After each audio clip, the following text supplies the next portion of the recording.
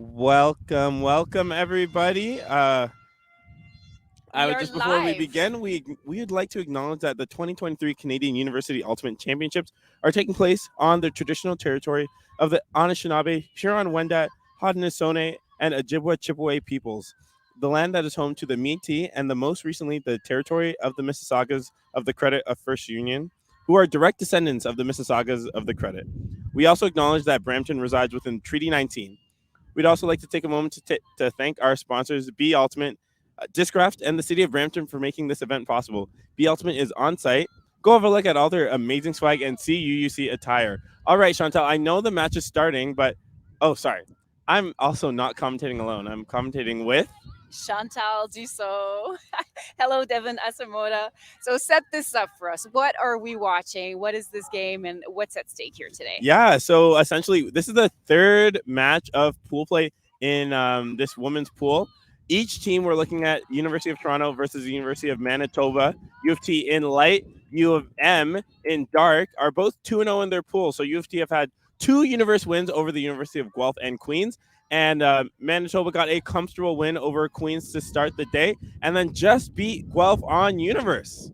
How about that? It's an exciting day. All the pool play is very tight. So both of these teams, this is their first day of tournament because University Nationals is actually a 3-day tournament for some teams that are fighting for a spot to be in the top 8. But both Toronto and Manitoba already had their spots secured, and so this is their first day. Today is pool play, and tomorrow will be the playoffs. All right, let's get to the game at hand. We have Gal with the disc working through this Manitoba zone, giving it to Zhang with a great catch up there. Zhang dumping it back to Young. And Gao just cleaning up the garbage there. Over to Ho. And Zhang just missing it, just falling short of it. That was a great bid by Zhang, a great second effort. So Manitoba here with an opportunity to break. They did pull the disc, meaning they're starting on defense. And Chantal, can you tell us the importance of holds and breaks in Ultimate? Right, so holds. And here we have a long throw. Let's just see how this plays out. And great read by Bannister from Manitoba, putting them up there. Did you see who got the assist there? I did not. We should check that out in the replay. But the observers have confirmed this is the first point. So Manitoba on the board first. What about that, Devon? Yeah, Manitoba starting with a break. That's exactly how you'd like to start a game off. And a significant thing about this Manitoba team is like a lot of them are coming from Fusion and PBHC, the two top touring teams out of Winnipeg. And U of T on their own. They have a lot of touring players coming from Strawberry Kitty Kisses, a couple of Dino recruits from the junior divisions, Jess Ho playing for TT, Jocelyn Lee for Sixers. So many down the board with experience. A lot of depth on both teams. So let's talk about that question you just asked before, the break. So this is a break for Manitoba. What does that mean? It means that Manitoba pulled that disc, and so they gave it to Toronto. And so we expect Toronto then to score because they would have to there would have to be a turnover in order for Manitoba to score. But if Manitoba scores, which they did, that's a break. So when you pull and you score, that's a break. And if you hold, the opposite of break, then the score would be equal because it would be each person scoring one after the other. But now a break gives the advantage to Manitoba. Thank you for that explanation, Chantal. And can you give us a couple players to watch going into this match here? There are quite a few. And let's talk about Toronto because they have the disc right now. They're in possession. And you can see some fancy work by Gao. Gao is one of the top handlers, the one that's receiving now. And she can really thread that disc anywhere she wants. And who's joining Gao on this U of T side? So we've got... that's a great D. That's a great D from Bannister, the one that just caught the goal for Manitoba to get a break. Number 2, Bannister, yes. However, Gao is calling a foul on Freeling, saying that she obstructed her throw, and that's why it ended up there. Yes. And that's a great thing about Ultimate here. You do get the chance to call your own fouls and discuss them with your teammates. And that's kind of how the spirit of the game works here. Yes. And Gao is joined in the handling team by Zhang and by Alicia. number 18, Jocelyn Lee. And what about for Manitoba? What are some key players to watch for that team? Manitoba has a lot of depth. As you know, Winnipeg has a very strong player development program. And so some of the key players are going to be Merritt, who is one of a player that's, sorry, I'm on the wrong team. That's okay. um, Well, you've heard of the Cho sisters, right? Both coming from the U20 and U24 experiences recently. Exactly. So we have, is it Catherine and Emily? Yep. And we have Wright as well, who's a key player on. I'm just looking for her number so that we can That's spot number her. 22. Number 22. So that'll be one to watch on the Manitoba side. Yeah, and I think Wright got some Team Canada experience in playing U20 last summer in Poland. All right, so it looks like the foul has been resolved. It's a foul uncontested, so Gal will keep this disc and keep working through the pressure of this Manitoba zone. This looks like a 3-3-1 zone, pretty classic, pretty standard. That's right. So on the far side, we see that there's also Jenny Lee that's handling. So I'm not sure exactly what their handler formation. Yeah, it looks like they're playing with 4 handlers at this time. Yep. So we see Gao, Young, Zhang, and Lee there in the handling core. Gao to Zhang. Zhang faking off some options from teammates, just dumping, resetting the disc to Young. Gao getting the disc in the middle of the field. Mark poaching off her. Gao will have a coordinating role on this play and on a lot of plays. Zhang to Ho. And Ho continuing to number 5, I believe. Number 5, and that is Zhang there for the score. So great start for TULA, getting onto the board here now. Oh, I'm sorry. That was number 6, Emily Zhang. Oh, sorry about that. Yeah. So Ho to Zhang, Emily Zhang. So 1-1, a break on each side. How do you think Toronto feels about that point? I think Toronto, they're pretty happy with that clean hold. Clean hold meaning they didn't have any turnovers. So essentially, they're on the board now. They are down a break, unfortunately, but as we've seen through many games today, it's a long game, and breaks can happen, runs can happen. So here we go. And what about the coaching staff for both teams? Do you know anything about them? I did talk to them. Let me look up here what I learned from the coaching staff. So one of the interesting things about the Manitoba team is that the captains are actually organizing everything. So because this team, Manitoba, is not recognized as a varsity team, the captains organize the transportation, the jerseys, the fundraising. However, they do have a fantastic coach, Samantha Burridge, who is not just a fantastic coach this year, but she actually won Coach of the Year last year at CUUC 2022. So they are also accompanied by Dwayne, who is helping out calling lines. That's on the Manitoba side. Nice. And that was just he with the pull here. We have Manitoba getting in with Wright. Wright working through, looking like a 3-3-1 from Toronto here. And that was Tar feeding it back to Wright. That's Gagnon with the disc.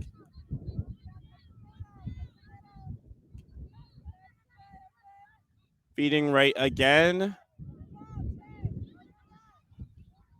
Right to Fradkov.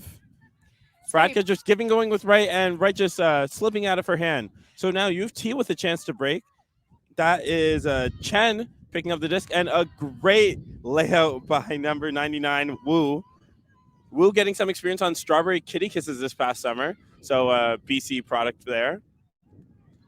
Wu throwing it up the line to Yen. So Wu to Yen for the score, and TULA gets their own break, putting them back on serve. TULA up 2-1 now.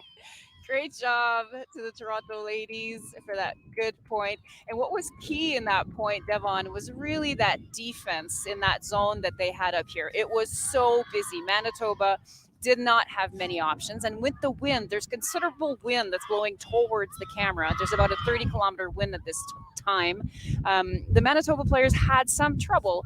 They were struggling to get that off the sideline, and there was a bit of a fumble, and Toronto was able to really use that cup to cause a turnover and to score that.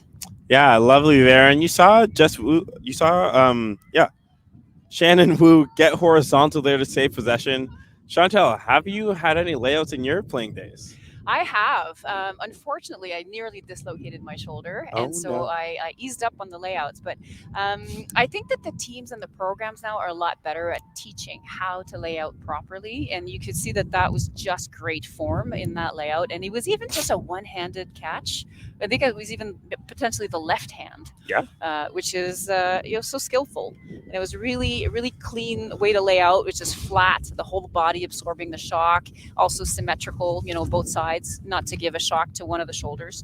So really good form and good bid, good intensity.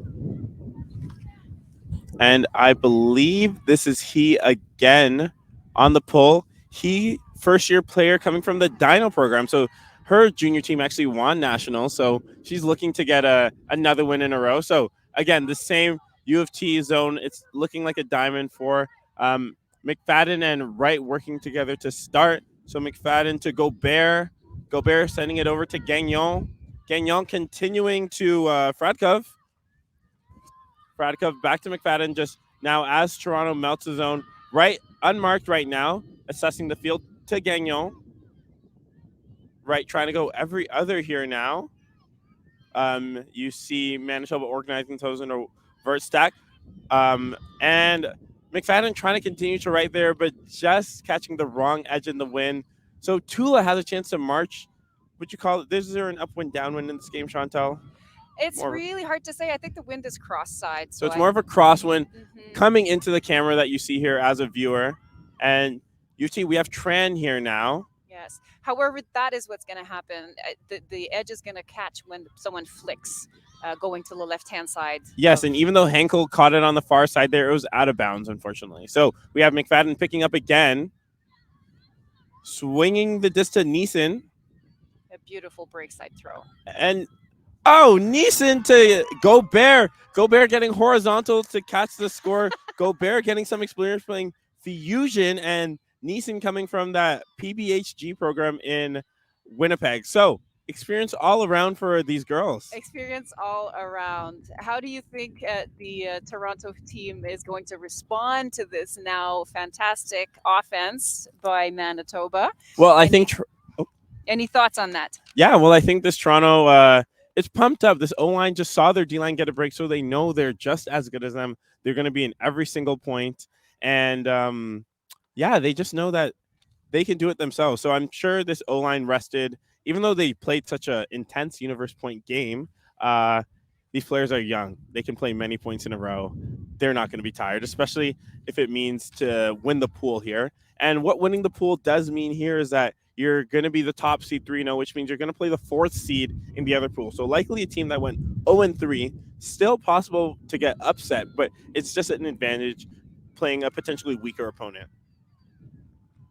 So it is 2 for Manitoba and 2 for Toronto. Toronto in white and Manitoba in dark. In beautiful Brampton today with the 13-degree Celsius weather, quite a bit of wind. It was forecast, rain was being forecasted, but we've so far avoided that. Thankfully. All right, to the game now here. I think that is Manitoba with the pull here. I think that was Wong on the pull. So we have picking up Young, working it around to Lee. Lee looking for options, hitting her open teammate Ho. Oh, and just a little miscommunication between Ho and Lee. Wong opting not to pick it up, letting Freeling pick it up to help march them up to a break. Battling this crosswind. There was also good defensive pressure there by Manitoba and Mendolia. Yeah, and that was just Stanky missing the connection to Cho there. So Gao picking up the disc, trusted handler. Fun fact about Gao is she actually played with McMaster for the past few years, winning 2 back-to-back championships, and now starting her masters there at U of T. But Zhang with the disc on the far side here. Zhang to Lee. With what looked like a bit of a fumble in the end zone, a great throw, great attempt at a catch. Yes, but and there are 2 Lees on this team. So we have Jocelyn Lee, number 18 from Sixers, and Jenny Lee, number 16. So we can't even say Lee J. Manitoba. All right, and that is Alicia Zhang there with the pressure from Toronto on getting the block. Jess Gao going to pick up the disc, talking to her team, telling them to get organized in this vert stack. We have Young there, back there, initiating. All right. Gao swinging to Lee. Lee to Ho. And a nice layout attempt there by Zhang, Emily Zhang from that Dino program in BC. And big hug here from Wong. And that was Ho getting in the way of that. You mentioned that some of the players come from BC. There are actually 3 first-year players that are playing with Toronto this year, and there are 4 East Coast imports also with Toronto. Wow, and that was Jessica stepping up for that backhand, and Dick got a hand on that, but Zhang still saved it. So Ho continuing the disc around. Now we have Zhang with the disc here, getting the disc from Young. Oh, Zhang continuing to Lee. Some exciting grabs here.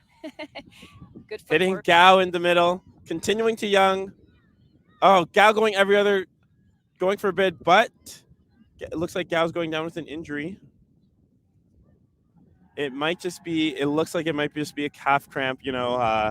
Chantal, these players have been playing since 11 this morning, so this is their 3rd game of the day. And it is tricky weather because we do not feel the thirst. So sometimes, I'm not saying that that's what's happening in this case, but sometimes cramps can be caused by lack of hydration. And this is tricky weather because we don't feel the need to drink water. Yes, and teammates running onto the field, getting Jessica some water. Hopefully there's a jar of pickles around and maybe a banana to get that potassium up. Or some magnesium pills. And all of those good things. Gao obviously taking an injury timeout. Hopefully she can stretch Thankful that she's safe and healthy there. Looks like Merritt is coming back on for Gao. Merritt getting some experience with the Montreal Venus this summer, so coming from Quebec here. As I was saying, they have quite a few imports, which is great. And I think it's one of the great things about University Ultimate because you have to be enrolled in one university. Yep. And so you'll have a mix. So Manitoba picking up the disc. We got Wong on this coffin corner, some may say. She's pivoting, faking it out. Great grab there by Freeling. Freeling hucking it up to Man. Oh, and Man with a great read, bringing it down. Freeling calling for the disc back. So we got Wong going up line. Some great great handler defense from Zhang. Getting the disc back to Bannister. Bannister looking back to Wong. Wong going every other now, really trying to quarterback this team. Wong with the inside flick. To Dick. And a nice layout score from Dick. Dick being called not in. They're just at the doorstep here, trying to organize, looking for options. Taking this smart reset dump to Freeling. Freeling to Bannister. Bannister looking at a stack and gets an open teammate. And that is number 11, Sankmar, with the score. So, what a start to the game. What a start to the game. So, the score is now 3-2 for Manitoba. Yes, great hold there for Manitoba after a couple of turns. Or is that a break? I feel like it's a break because Gao, Lee, Zhang were all on the field for Toronto. So this might be a break for Manitoba there. I think we should start taking notes there, Devon. Yes. A little behind the scenes. Our experienced commentators like Etienne, They're marking down every point, identifying all the breaks, and some rookie commentators like us haven't taken notes from that. But now We're we learning. have. We're learning how to commentate. And Yeah, let's talk about that, Chantal. This is your first time commentating day 2 of the experience. How's it going? it's going well. I find that it's great to do it with energetic and fun people like you and Etienne, absolutely. And these teams are so fantastic. The energy that's coming off of the teams and the dedication. I mean, it's just such a privilege to do. And I know for you as well, it's your first tournament. How's it going for you? Oh, it's been pretty exciting. A little nerve wracking on the stream yesterday, but now you just get settled in, and it's kind of just like chit chatting with your friends about Ultimate. It is. It is. I guess I wish I knew the players myself. I wish I knew everyone myself. Well, Chantal, if you want to take a university course, I'm sure a lot of schools would love to pick you up, and I'm sure you have a bunch of eligibility left. Okay, I'll think about that, Devon. Yes. All right, so Chantal is going to be the first university player to go from commentating the Division 2 playing next year. You heard it here first. Why not? So it is 3-2 So right the team now. looks like it's been taking a timeout. Timeout called to recenter, to potentially talk about strategy. Maybe the coaches have seen something. Maybe they want to adjust the lines because Gao was a key player. We saw some previous matches with Toronto, and Gao was a central player, we must say. Devon, she played the majority of the points with Toronto. So perhaps the fact that she's not going to be on the lineup here requires a little bit of adjustment, which I am sure the coaches and the team can do. And it looks like they are ready with their lineup. And Manitoba is going to pull. Yep, so we got Wong there pulling again. Big pull, getting well past half, just about the brick mark. So the usual O line from U of T, Young with a disc. Oh, Usual sorry. except for Gao. Yeah, usual except for disc. So sorry. A foul called there.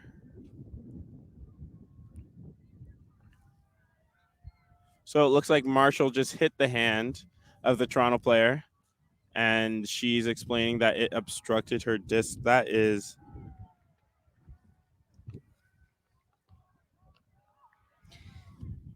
So while they talk through that, I was mentioning that the coaching staff is probably realigning the lineups for Toronto, and the coaching staff is led by Jade Huang. Huang Fu, yes. Huang Fu and Lyle getting some experience with Sixers right now. Getting ready for San Diego next week, actually. So back to the game. We have Merritt continuing to Zhang. Zhang just missing that upline flick. You can just see the wind just caught the edge and turned. So Manitoba has a chance to get another break and potentially go up 2 breaks. The wind has picked up, Devon. We're even having trouble hearing ourselves with this mic. The wind has picked up, so I'm expecting it to be more significant in terms of the effect it has on throws now, from now on to the end of the. Yeah, exactly like this. You saw the throw right there, just trying to connect with Neufeld, but just rising a little too much, making it too hard to grab. So we got Young picking up the disc, and the wind just catching the edge there too. So like you did mention, the wind will be wreaking havoc on some of these throws. Players will adjust. They will notice that the wind has increased, and they will be leaning into the throw and just making that lunge a little bit more pronounced. Yeah, so we have Bannister just continuing to Neufeld here. Manitoba working their way up 1 throw at a time. Dick with the disc now. Dick going long. And again, turn. The wind pushed that down. It just will not carry that far with that kind of wind pushing down on it. No, and so Toronto back with the disc with another chance to hold.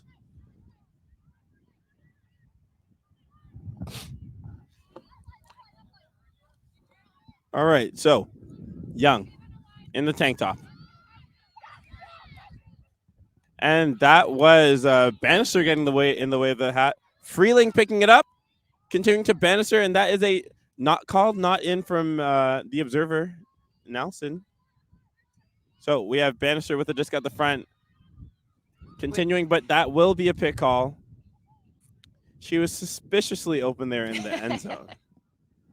Yes, we were watching the very disciplined stack in the end zone, in the center of the end zone, with her alone popping out of it, which was, as you So say, suspicious. yeah, so Zhang going to catch up there. All right, so Bannister with the disc at the front of the end zone. Hits the inside flick there to Neufeld, it looks like. And another break for Manitoba, going up 4-2 now.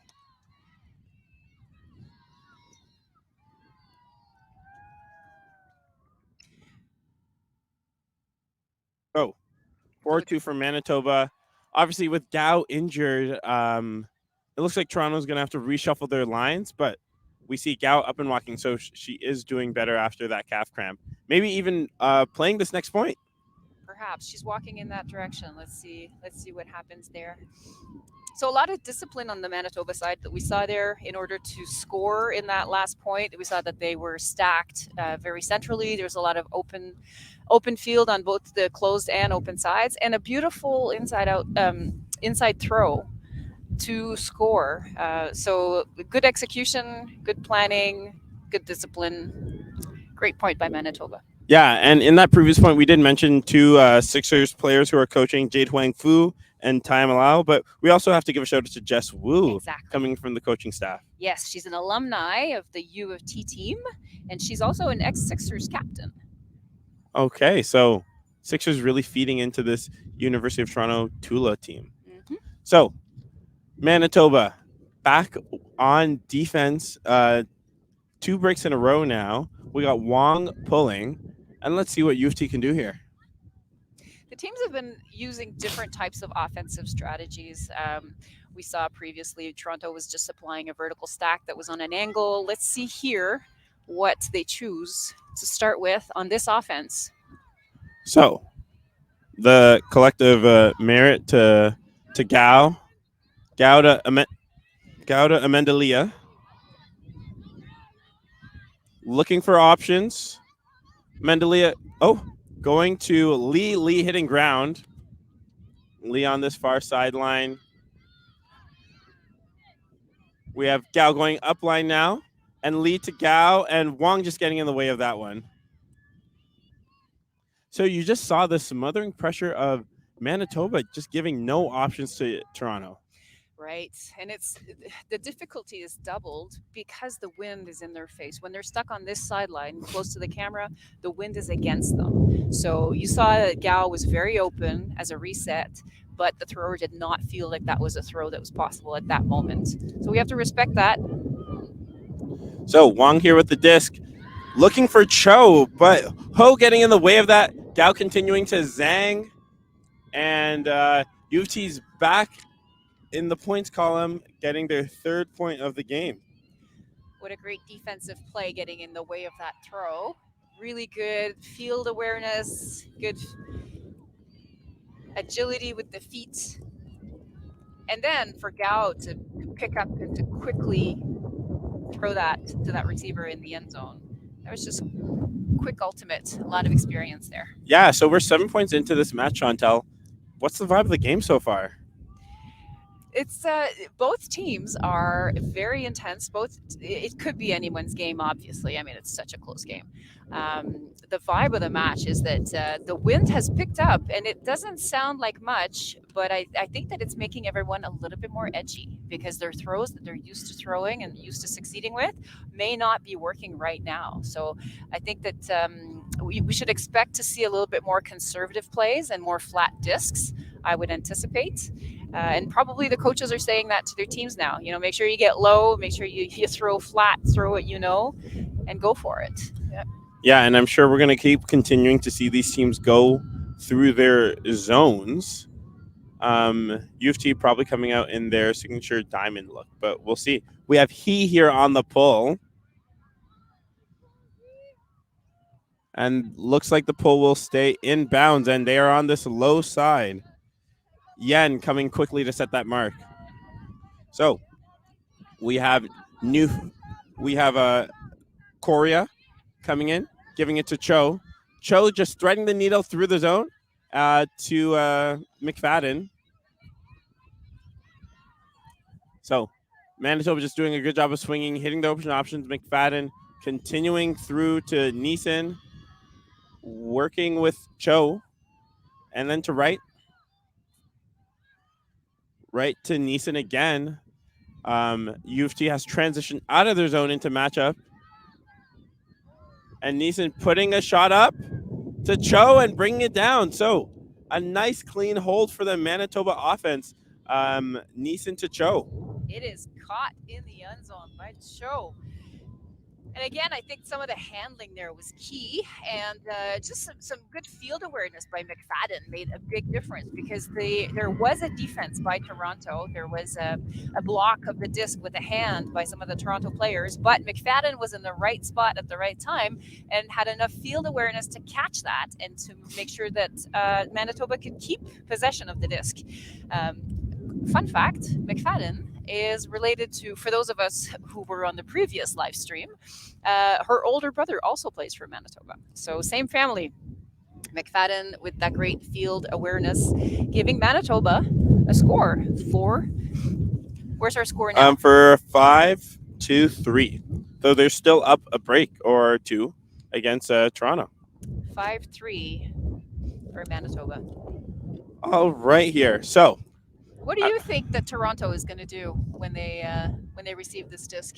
I think Manitoba's probably going to set a zone. Shocking. And Toronto's just going to look to swing. You know, we've seen Gao, Young, Lee, just all Zhang, all on the handler score. So they're probably just going to swing and hope to be patient until a shot opens up. So we got Wang here with the pull. Wang's been trusted on the pulling duties for today, and we know how important those are in Ultimate. So Gao rushing to pick up the disc and center it. So, not a zone. We have Toronto working against a match defense here. So, Young with the disc. Young to Lee, and Lee just not connecting, just off her hands there. So, we have Freeling picking up. Freeling to Bannister in the middle of the field. Great field positioning for Manitoba. Working with Mann here. Mann looking for options.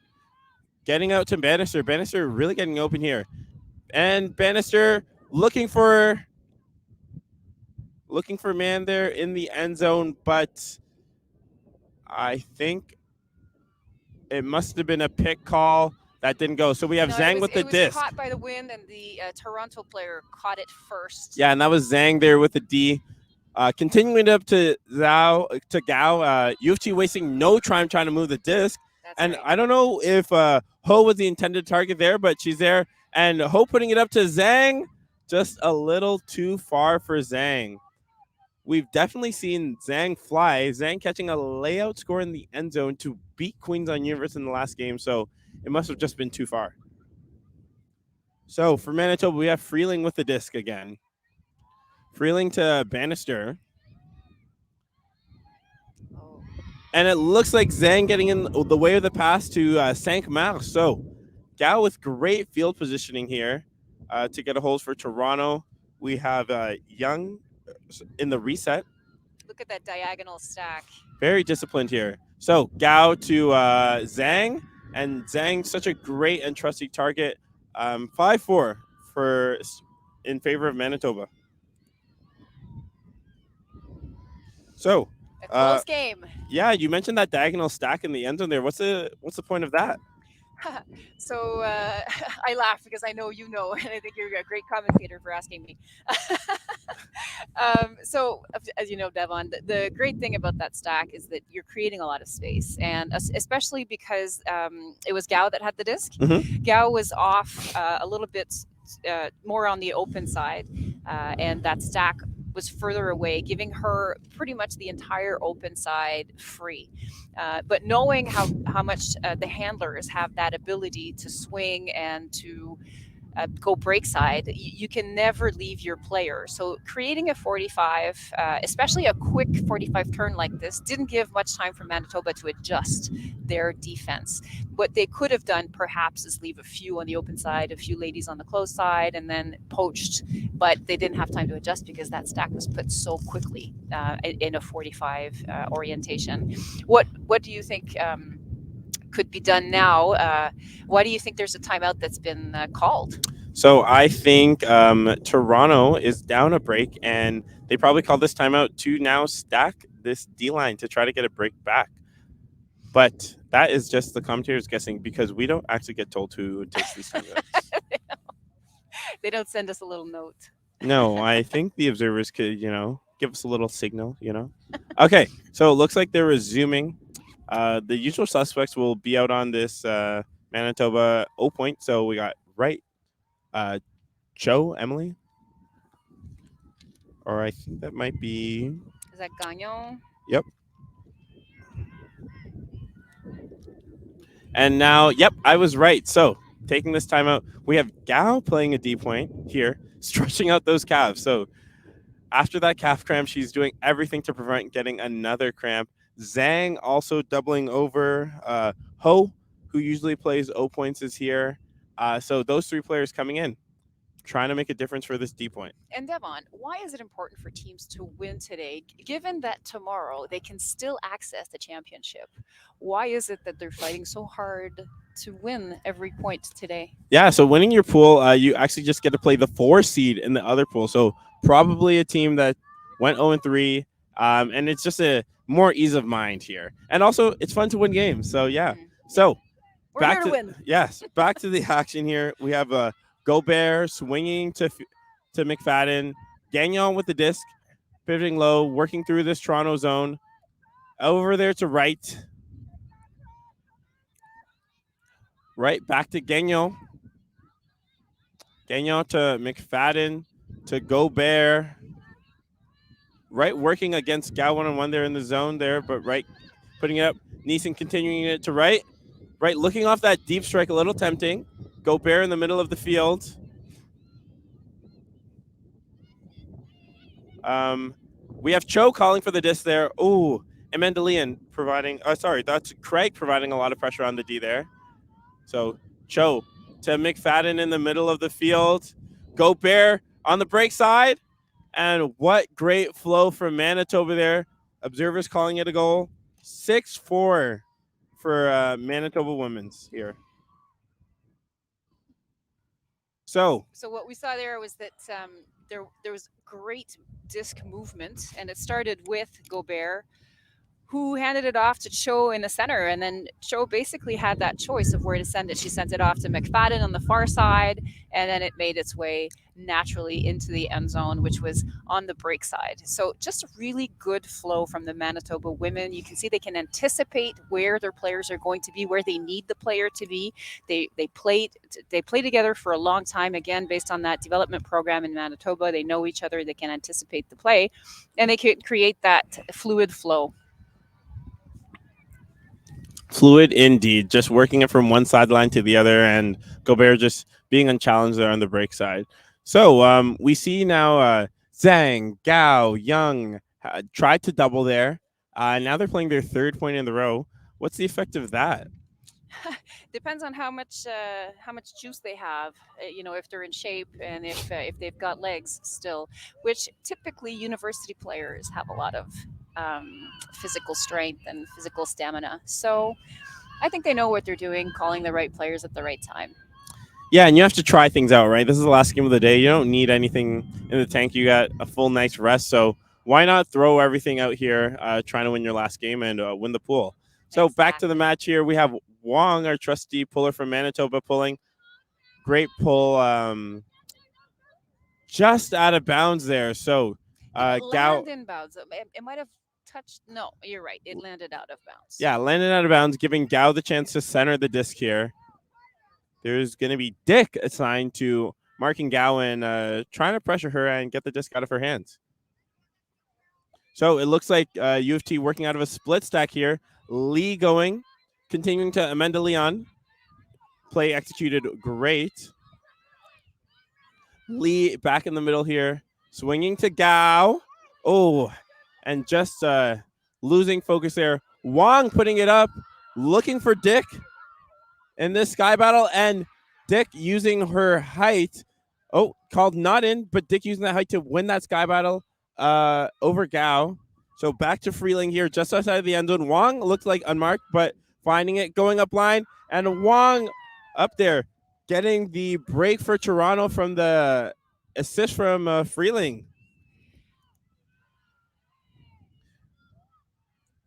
So we have 7-4 for Manitoba, getting their third break of the half. What's been helping power Manitoba here to getting all these breaks? I was just thinking that. I was thinking to myself, what is the secret in this sauce here? What's creating that winning combination? Right? I mean, I think it's just basic good ultimate, but there seems to be a mix of physical strength, stamina, anticipation, discipline. Have you noticed there was also a play that was played, which was the split stack? I wonder if Manitoba is playing any plays that are helping them, or if they're going more for like the organic, intuitive type of ultimate. Well, I think Toronto's been throwing a zone at Manitoba a lot, so zones don't bode well for set plays here. But with Manitoba going down in match the past couple of points, I think Toronto took the time here to call a set play, and they ran a classic Air Canada AC for most people coming out of Toronto, and it's a play that Toronto's GOAT, their open touring team in the city, runs a lot. Yeah, and it's just basically like you isolate two players on one side of the field. One strikes deep, one comes under. If they don't get the disc, the one who struck deep will come back under, and the one who originally came under will go back out. So just a way to make it a 2-on-2 game instead of a 7-on-7 game. And that did create some movements, but then there was just a little fumble, and possession was lost, and that happens. What are your thoughts on what's creating this slight advantage for Manitoba? I think Manitoba is just doing a great job of capitalizing on their mistakes, right? Because you have so many skilled players on Toronto, and even like just a little bobble here and there. And Manitoba's doing a great job of hitting their open options and not giving them the disc back. And that's why Toronto called the timeout to just settle the girls. You have Gao, Lee, Zhang, Young still out there. So Toronto coaching staff, they have trust in their players. Manitoba here, putting on the same suspects on D. Wong still going to be pulling. You're going to see Dick and Bannister there. So Manitoba also showing trust. So Gao centering it up to Young. Oh, And just a quick run through D by Neufeld. And Freeling putting it up right away. Just a little too far for Neufeld. Almost getting that double happiness. caught by the wind there and went a little bit further than intended. So you see Gao picking up the disc. They are in a split stack here. 2 on one side, 3 on the other. Gao looking for options, hitting her reset up line in Young. Young to Merritt, I believe. Merritt to Lee, diving for that catch. I'm not sure if this was intended for her. Lee continuing to Zhang. Zhang waving the other Zhang under, and then hitting Lee. Lee really picking up the pace for this Toronto squad. Looking for the original target in Ho, but unfortunately miscue, and it looks like another calf cramp. Unfortunately, that is Ho coming in with some experience from TT this summer. It looks like the girls need more hydration, Chantel. I mean, we're not doctors, but it's one hypothesis, Devon. And we're not even at halftime yet. So halftime is going to happen when one of the teams reaches 8 points or when 40 minutes of time has elapsed of game time. And so we are probably not very far from that time now, but we are not there. So hopefully there are not too many more calf cramps. Yep, and so it's 5:20 now. Yeah, and it looks like Wu is coming on for Ho there. So Wong with the disc. Zhang pushing off in the middle, leaving Freeling free. Oh, and that is Merritt coming through with a D. Gao picking up with Young in the reset space. Looks like a nice vertical stack, but Manitoba has a little poach look. Someone poaching in on the open side and the break side, making it a little harder. So Gao to Young. Young not liking her option at the front, hitting Gao on the reset. Manitoba really sticking with this poach look, making it really hard for Toronto to hit their options. Zhang in the middle now.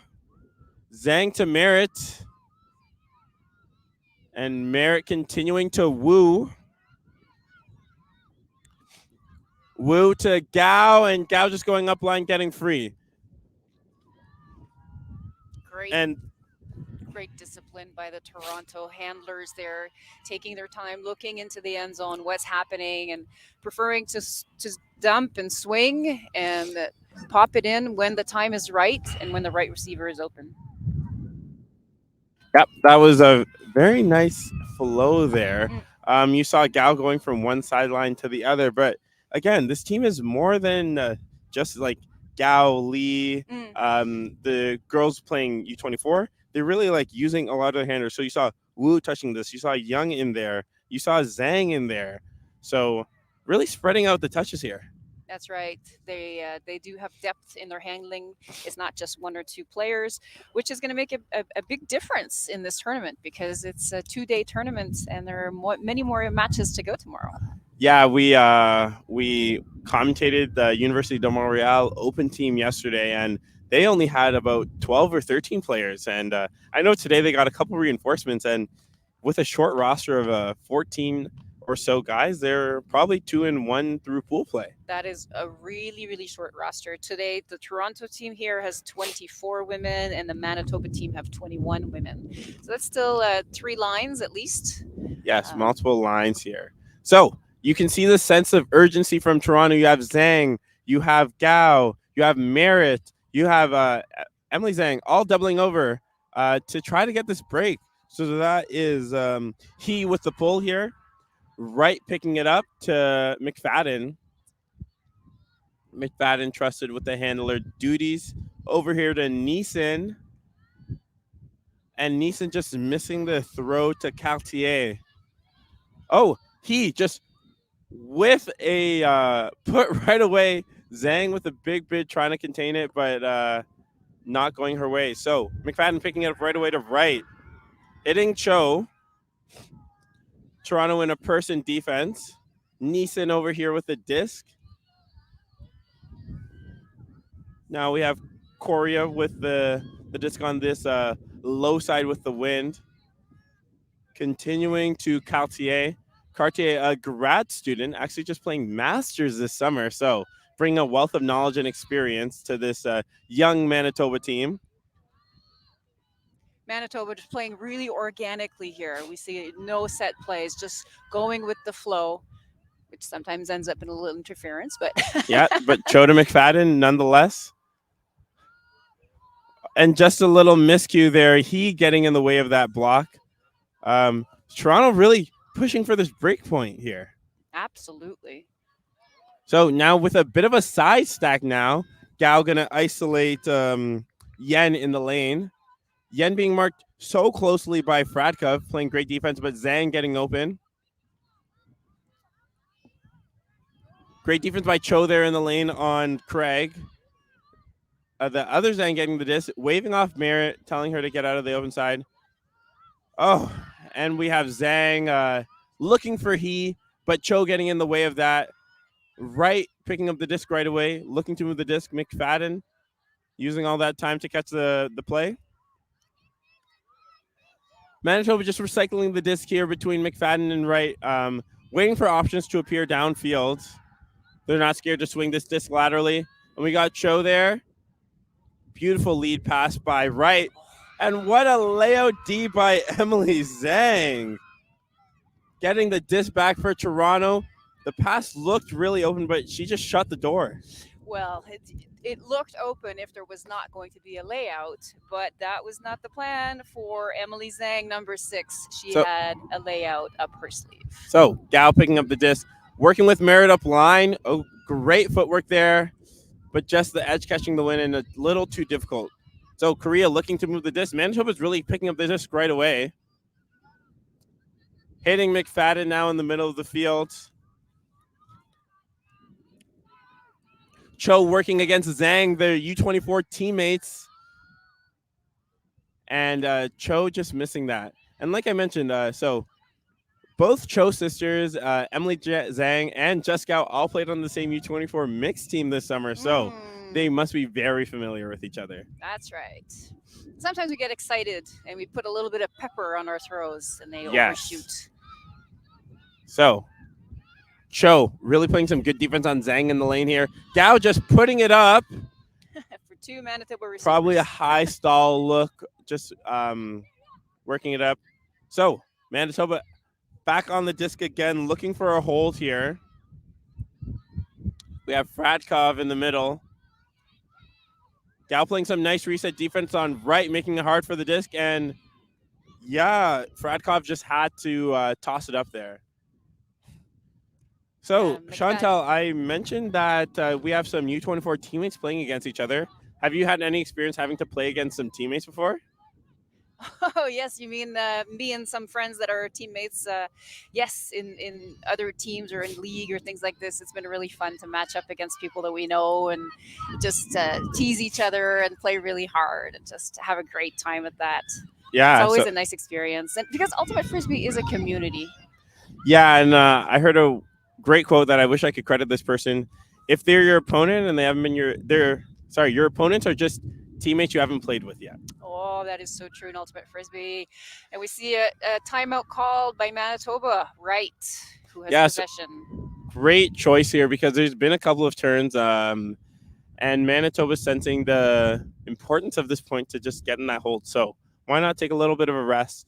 Also giving Toronto a rest, doubling over players, trying to get this break. So yeah, with the time that's passed, it sounds like we probably went through the halftime already. No, I don't think they've taken halftime yet. No? We would have definitely taken a break here at commentators, grabbing some water. So, but the match started at 4:35 and it's 5:30. So I think that the halftime has elapsed. So it's probably this is probably the last point before half, but 7-5 for Manitoba now. If Manitoba does score, it'll be that natural half at 8, and if TULA scores here and gets the break, it should be that that timed half that you see halfway through the game. All right, so it looks like Manitoba is set up here in a hose stack. Now Toronto has a chance to set their defense and decide what matchups they want. So Gal will be tapping the disc in against right here. All right. Cho getting isolated, getting the disc here. Cho firing long. It looked like Zhang and Fradkov clipped heels there. Fradkov calling the foul, saying that the tripping impeded her play of the disc, which is her right. So now they're going to be talking about it. The beautiful part about Ottoman. Can you tell us about these people in orange shirts on the field? What are they here for? Yes, we have observers in Ultimate Frisbee in these kind of live stream games or games of higher stake. We are lucky enough to have observers, and their role is quite limited in the sense that they will look at active calls for lines. So whether the person was in or out, that's an active call, and the observer will say something whether or not they are consulted. However, for things like fouls, the team players will try to work it out, and they may ask for the opinion of the observer, which I believe is what happened in this case. And the observer has ruled that this was a foul, that the offense did have a bid on that throw. Or maybe not. Maybe they decided to throw it back to the thrower. Yeah, so it looks like Fradkov called the foul, Zhang contesting it. So when you disagree over what happened, you just send the disc back to where you both can agree on, which is the previous throw that happened. So Cho tapping it in, Zhang on the mark. So back to McFadden here. Over to Fradkov again, to McFadden. So Manitoba really working it up win here. with Toronto playing a lot of pressure match defense. So we have Fratkov just sending it up to right. Right called not in by the observer. That active call. Right looking for options. And that is Coria with the disc back to right. Manitoba just cycling. A nice inside there to Neeson. Neeson throwing that OI flick, catching the win, but McFadden bringing it down. So that is 8-5 for that's 8-5 for Manitoba, taking us to halftime. What made the difference in this, in the point here that was made, was that Wright had that sort of inside throw. So she really broke that mark with her backhand. Yes, and so 8-5 at half. We will be taking a break, and we'll see you for the conclusion of this tightly contested game. This is Devon Asamoda and Chantal Dussault. taking a little bit of a water break.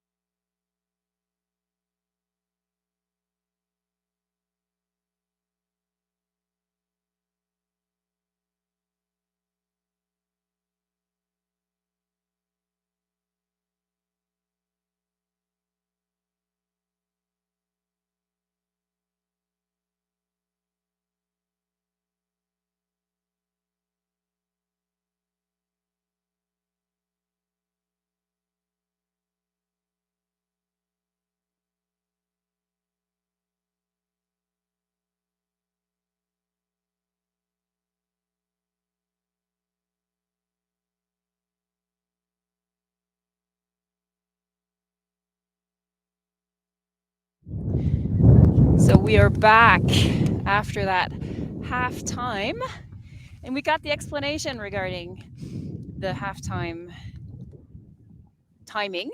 So it is after 40 minutes. There is a soft halftime, but then the score is +1. And so at that time, the score was noted, and the teams had to get to a +1 or the first team to 8. And that is how the halftime is called. And now we are back with Toronto pulling to Manitoba. Yes, and I'm also back to, sorry, just taking a break to eat a granola bar. But yes, big pull from Toronto. Oh, and a miscue from right to Gobert. So that's Chung picking up the disc very quickly. And looking like a foul call. We'll see what the observers have to say about this one. But one thing I do love about Ultimate is anytime there's a foul call, to contest it, you must reenact the play. So it's charades and ultimate. Yeah, and okay, so it looks like the observer signaling a foul and a contest. So this will be going back to Chung. So Charades. yes, Is that a game that you play, Devon?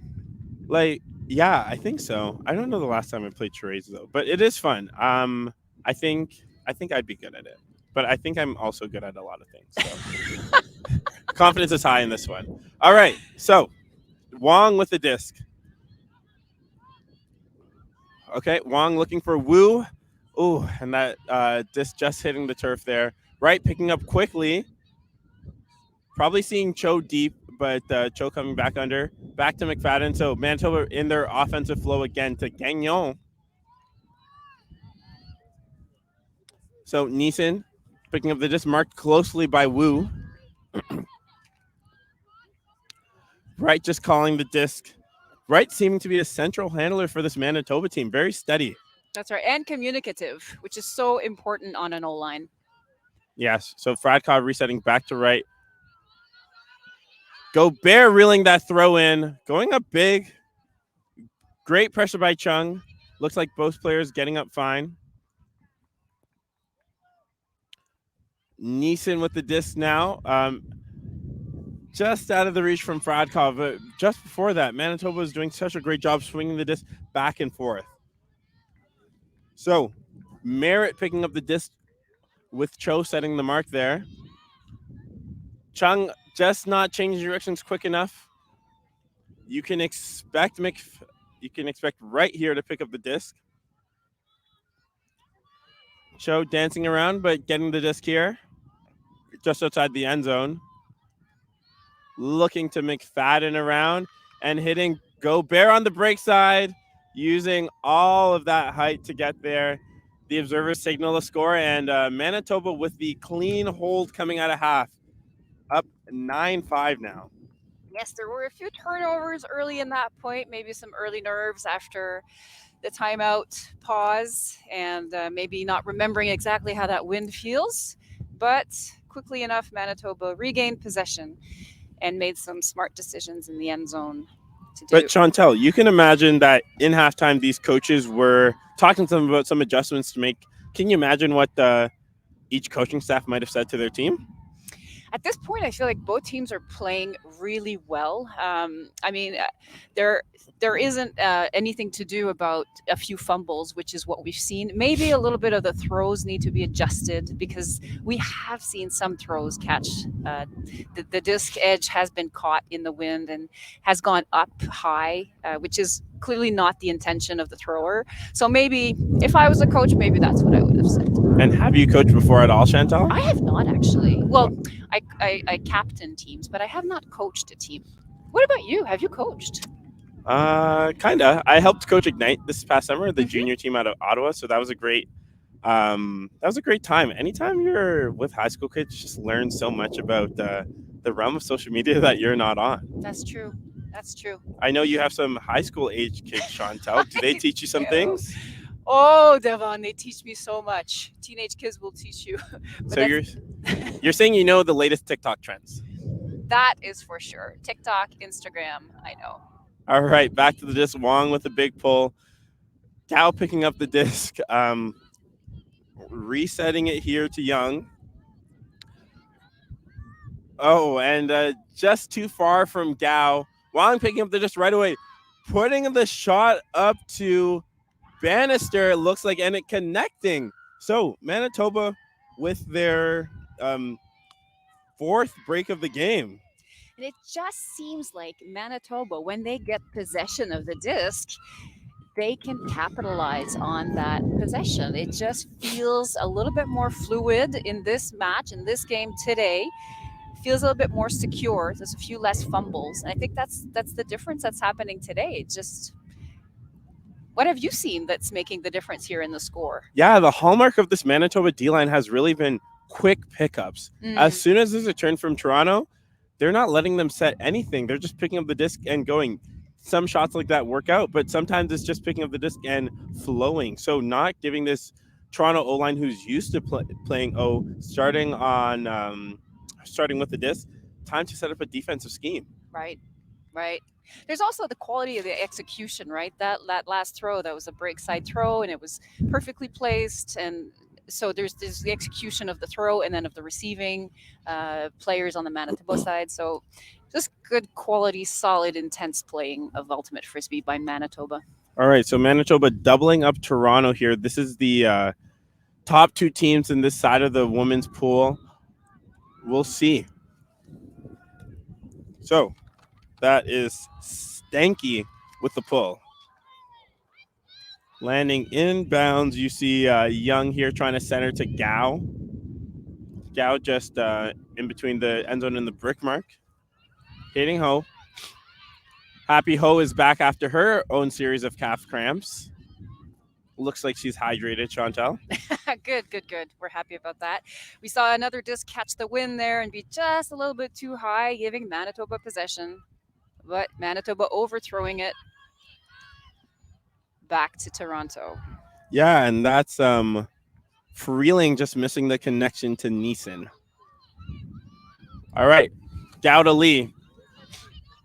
Look for Gao, Lee, and Zhang to do some heavy lifting here to lift Toronto to this hold to Young. Over to Zhang. Oh, nice second bid attempt there, but couldn't connect. So we have the number 80 matchup. Always love a little number matchup between Freeling and Gao. Getting the disc off the line to Neufeld. Continuing to Marshall. Marshall to all right. Chartier has We the got disc. Cartier with the disc again. Marshall with the disc in the middle here. Stanky with the disc now. So Manitoba just getting pushed back here. U of T really pressuring these unders, but that doesn't stop Marshall from getting the disc under anyways. Very busy on the open side. And Stanky just missing her target in Neufeld. Toronto with going back upwind here, trying to get a hold, hoping Gao can help will them there. So Gao picking up the disc against Freeling. Hitting Young, but just a little too high. And as you see, Manitoba looking to run and gun. Freeling picking up the disc right away. Gao applying some pressure there on the mark, but Marshall still getting the disc. Style counts rising. Hitting Neufeld. Neufeld just outside the end zone, looking for some options. Great pressure from Gao there on the reset, but Fielding still gets the disc. Marshall just outside of her own end zone. Look at that discipline stack from Manitoba, looking for open options, and Stanky getting the goal from Marshall to put them up 11-10, and that's another break for Manitoba. A great cut by Stanky, who had pretended she was going on the right hand side and then really planted her foot and went on the left hand side and lost her defender. And that was a classic, really great textbook cut that allowed her to Yeah, be free on that open side. yeah. And as a defender, you are supposed to protect that open side, but just thinking the reset split was a little too more precious, so was taking away that under, and then Stanky just changing directions. Absolutely. All right, so a little timely in between points here. I had a cheeky little Quaker granola bar. Chantel, what are some of your favorite mid-game snacks? Mid-game snacks. I like to bring a collection of sweets and salty snacks for games. So there's these little salty crackers with some seeds in them, and a variety of granola bars. What about you, Devon? I'm a little simple. Whatever Costco is going to provide me. So I love a little fruit cup, love a little fruit roll up. I have a lot of Fiber One bars, and yeah, it's usually a big breakfast and some snacks throughout, and hope I can survive until dinner time. When I played tournaments, I did like to bring some protein. So a little bit of like a little can of tuna or a boiled egg. That would do it in the middle of the day. But I do not eat a full sandwich or anything like that. I can tell you I'm not eating tuna at a tournament. Wong with the pull, bringing us back into the game. Toronto putting on a line here, giving some people a rest here. So unfortunate drop there by Chen. So Wong picking up right away. Again, Manitoba with those quick transitions. Wong with the inside flick. Great reflexes by Sankmara to save the disc. We have Bannister here just outside the end zone.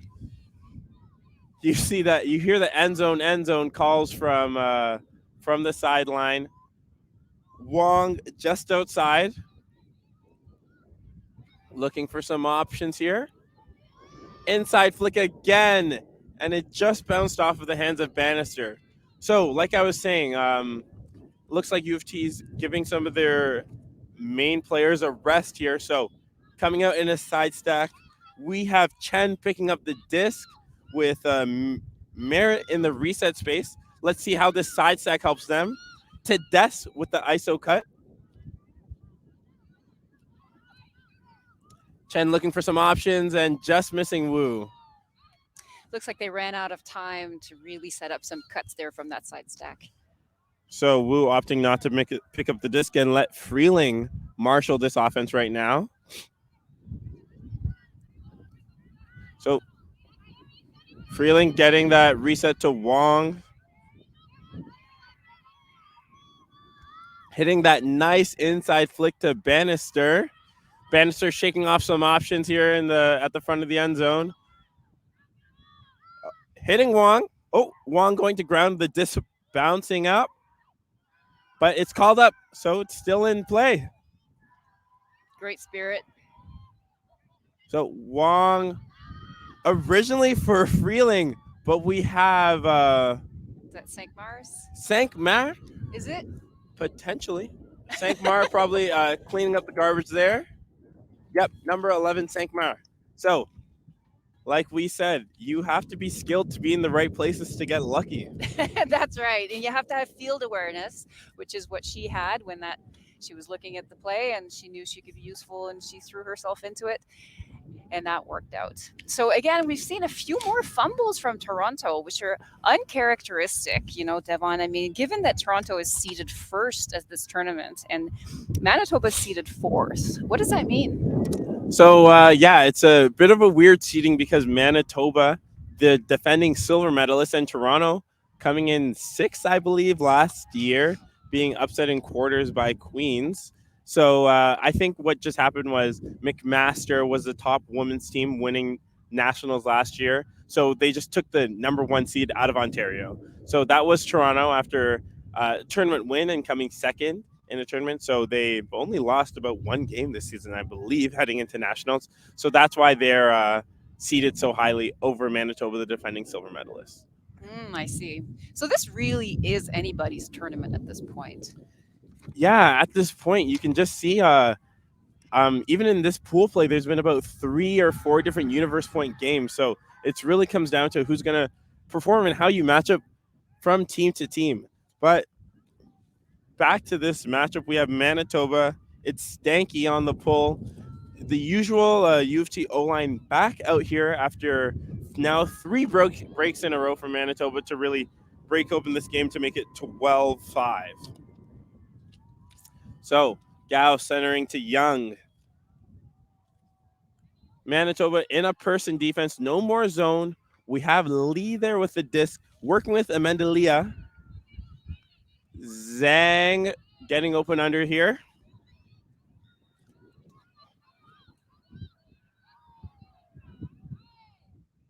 Oh, just the around break hitting the turf. And we have a right on the D line here, just picking up. And another turn by Manitoba. So Toronto with another chance to hold. Gao picking up. Gao going long to Zhang. Just off with her fingertips. I wonder if the player's just trying to get tired. It seems like some of these throws are not as crisp. There might be a little bit less high probability throws. Yeah, and that's a Cho with the great grab, but it looks like there's going to be a little discussion whether it was up or down. Gao calling it down there, and Lee. From your best perspective, what do you think that happened? From my best perspective across the field from the play, I think it was up. What about you, Chantal? I also thought it was up, but All you right. know, we are 50 yards away. Maybe we don't have best perspective. No, we make the rules. It was up. Let's tell the observers.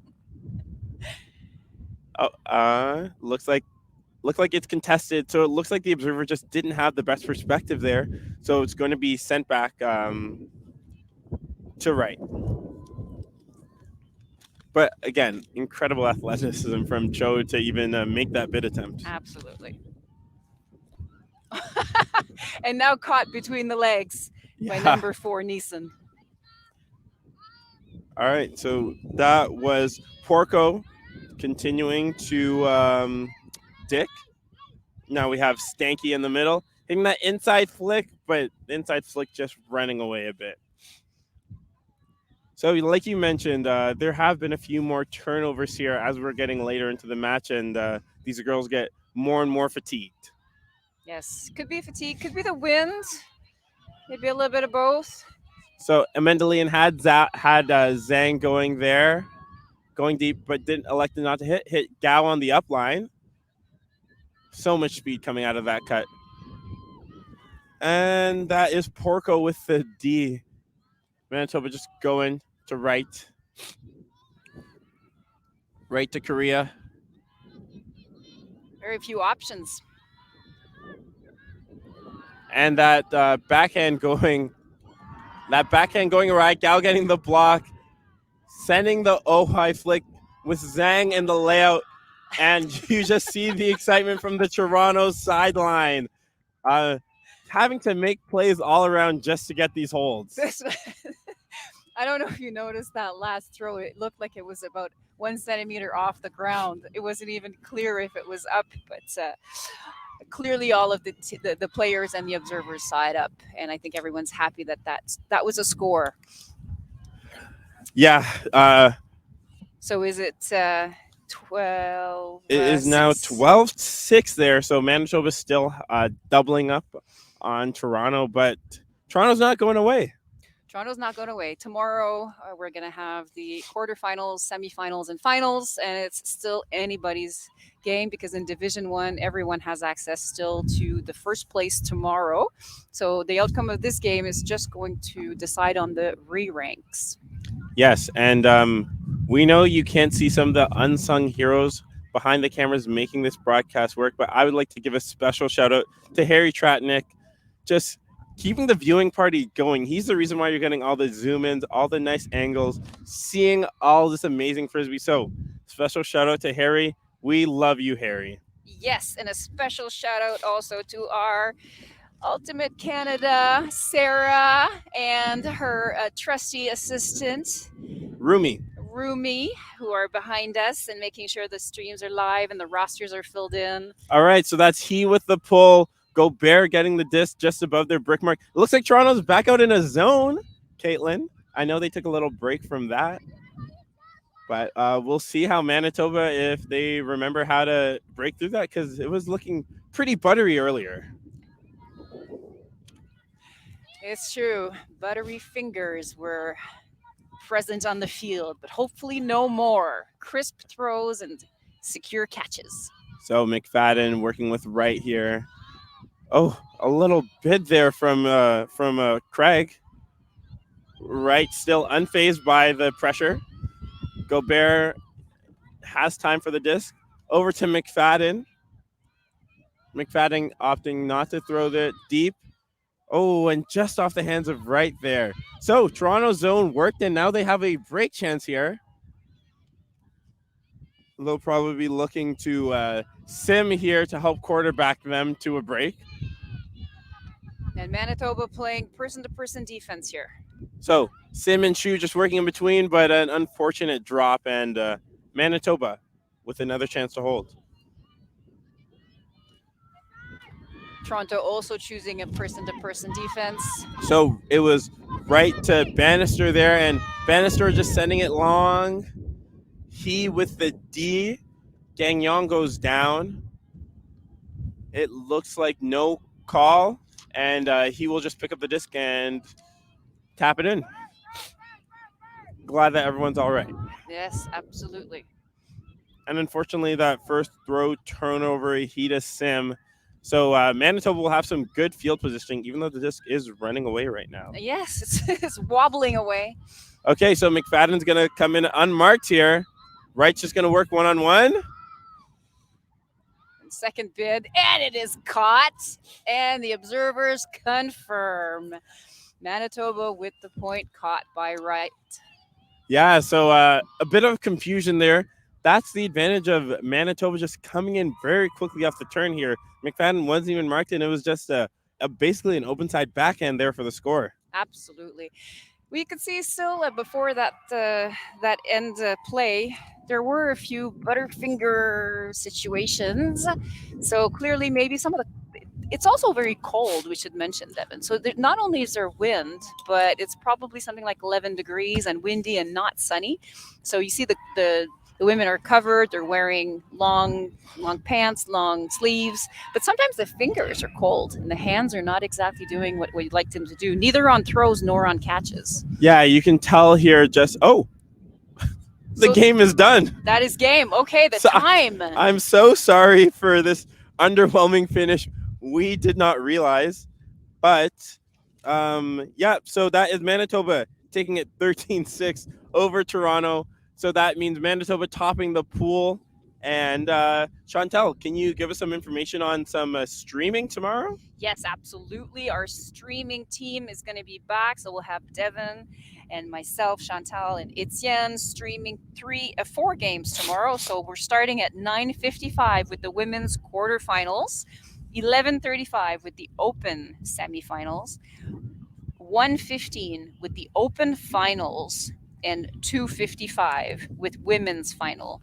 Those are going to be tomorrow. So 2 open and 2 women's matches in Division 1. And we are looking forward to it. Yes, and with the results in now, I'll just update you on what's happening around. So Manitoba wins Pool A. Toronto will come in second in Pool A with a 2-1 record. We don't have the results of the other pools, so I can't set the quarterfinals for you. But open, we have the quarterfinals set. So Manitoba open topped their pool over Montreal, and then McGill and McMaster filled in the rest of that pool there. And on the other side, Queens going 3-0, beating you Ottawa there at the top of the pool, and then Sherbrooke and Victoria filling out the bottom. So your open quarterfinal matchups, you'll have the number 1 seed versus the number 5 seed, Manitoba versus Victoria. You'll have Ottawa versus McGill, a rematch of the semifinals last year. It was pretty exciting. I was a player in it. McGill was up 9-6, but you Ottawa pulled out the win 10-9, going 3 breaks in a row. Sorry for that tidbit. No, that's exciting. And we've seen some of those turnovers and some of those changes in direction. So this can happen. And then we have Queens versus McMaster. and Montreal versus Sherbrooke, Battle of Quebec there at the bottom of the open bracket. So we will see you all tomorrow. Thank you for joining in today. And this is Devon Asimoda And and Chantal Dussault. And we will signing see you off for tomorrow. Ultimate Canada.